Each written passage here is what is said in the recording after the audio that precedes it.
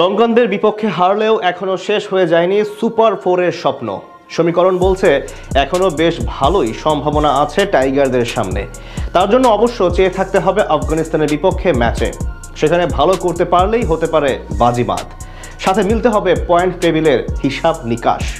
সব মিলিয়ে বাংলাদেশের সুপার ফোরে ওঠার সমীকরণ নিয়ে বিস্তারিত জানবো রিপোর্টে।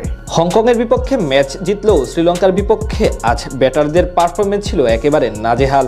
মাথা তুলে দাঁড়ানো তো দূরে থাক, কিছুই করতে পারেনি লিটন দাসের দল। জাকের আলী ও শামীম পাটোয়ারি মিলে লড়াই করলেও ম্যাচ জয়ের জন্য যথেষ্ট ছিল না সেটি, যার সুবাদে পরাজয় বরণ করতে হয় টাইগারদের। এতেই সুপার ফোরে ওঠার মাঝে বড় ধাক্কা খেল লাল সবুজ প্রতিনিধিরা। যদিও সমীকরণ বলছে এখনো কঠিন পথ পাড়ি দিতে পারলে শেষ চারে যেতে পারবে বাংলাদেশ।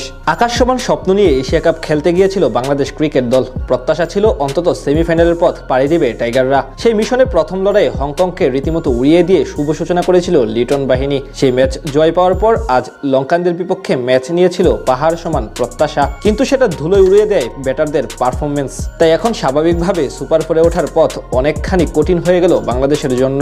এবার এশিয়া কাপে টাইগাররা পড়েছে গ্রুপ অফ ডেথ খ্যাত বি গ্রুপে, যেখানে হংকং এবং আফগানিস্তানের সাথে নাম রয়েছে শ্রীলঙ্কা ও বাংলাদেশের। এখান থেকে 2 ম্যাচ খেলে ফেলেছে বাংলাদেশ। সেখান থেকে সমান সংখ্যক জয় পরাজয়ে লিটনদের পয়েন্ট এখন 2। অন্যদিকে প্রথম ম্যাচ জিতে 1 ম্যাচেই সমান পয়েন্ট তুলে নিয়েছে শ্রীলঙ্কা।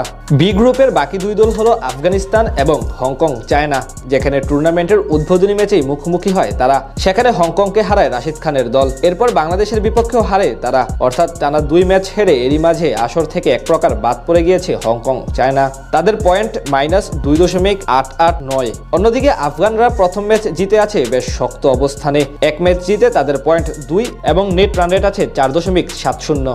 পয়েন্ট বিবেচনায় এখন 3 নম্বরে আছে টিম টাইগার্স। সেখানে উপরের 2 দলের সমান পয়েন্ট থাকলেও ম্যাচ খেলেছে একটি বেশি।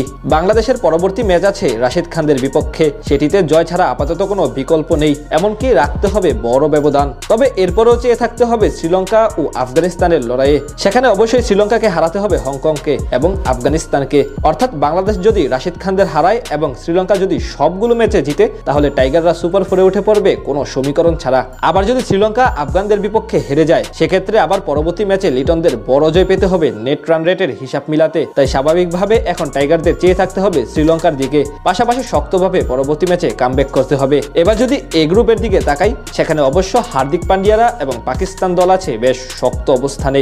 2 দলের সমান জয়ে আছে যথাক্রমে 1 ও 2 নম্বরে, যেখানে সূর্যকুমার যাদব বাহিনীর নেট রান রেট পজিটিভ 10.483। যদিও সমীকরণ বলছে এখনো কঠিন পথ পাড়ি দিতে পারলে শেষ চারে যেতে পারবে বাংলাদেশ।